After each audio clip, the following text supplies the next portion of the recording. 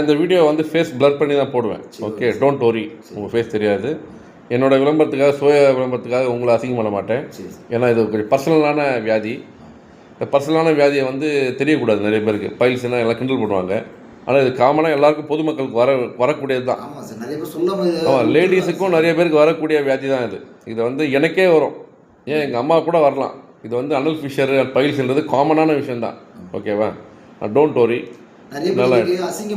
வெளியே சொல்லாம ரொம்ப நோய் வளர்த்துக்கிறாங்க. நோய் வளர்த்து அது ஸ்டார்டிங் ஸ்டேஜ் இருக்கும்போது இல்லை நம்மளுக்கு அந்த விஷயம் தெரிஞ்ச ஒன்றுமே நம்மளுக்கு எதனாச்சும் ஒரு கிளினிக் அப்ரோச் பண்ணி அது என்ன ரிசல்ட் கிடைக்கும், சரி ஆப்ரேஷன் வேணாமா எனக்கு பயமா இருக்கு அப்படின்னா உங்களை மாதிரி ஒரு கிளினிக்ல பார்த்து அது மாதிரி கூட பண்ணி அது கியூர் ஈஸியாக சரி பண்ணிக்கலாம்.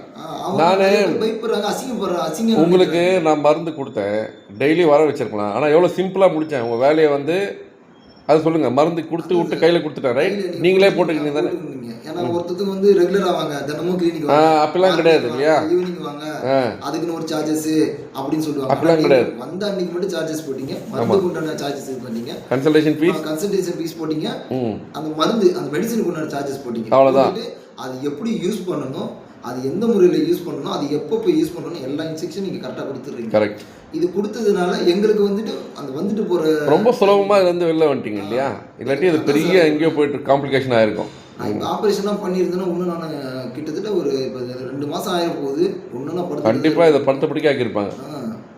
ஏன்னா இது ஆப்ரேஷன்லாம் பண்ணாங்கன்னா அது ரொம்ப அவங்களே சொல்கிறாங்க உள்ளே விட்டு இது பண்ணும் அப்படி இப்படி இது சொன்னாங்க. எனக்கு அது இயற்கையாகவே சரி பண்ணிட்டீங்க இல்லையா? சார் இயற்கையாகவே இப்போ எதுவுமே ஒரு இது பண்ணாமல் மருந்து வச்சு கொடுத்து அந்த மேலுக்கு மருந்து உள்ளுக்கு ஆயில்மெண்ட் நாங்களே செய்கிறது அது ரெண்டுத்தையும் வச்சு பக்காவாக எனக்கு அதாவது பெயின் நிம்மதியாக வேலைக்கு போகலாம்.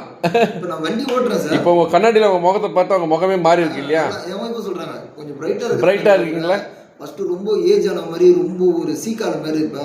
இப்போ அவர் சொன்ன இன்ஜெக்ஷன் ஃபாலோ பண்ணுறதுனால கொஞ்சம் பிரைட்டாக இருக்கிறாங்க.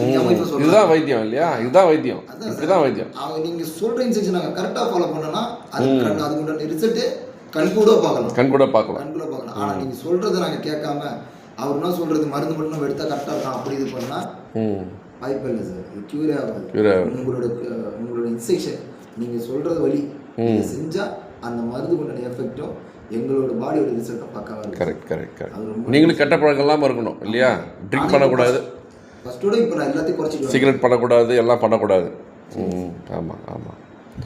சந்தோஷம். நீங்கள் மீஞ்சூர்லேருந்து வரீங்க இப்போ இங்கே மாதாவரத்துக்கு. ஓகே. இங்கே தான் வண்டி ஓட்டுறீங்க இல்லையா? சரி. ஓகே. முன்னாடி போலீஸாக இருந்தீங்க, காவல்துறையில் இருந்தீங்க, அதை விட்டுட்டு இப்போ இதுவாக இருக்கீங்க. Very good. நல்லா இருப்பீங்க. நல்லா. ரொம்ப நன்றி.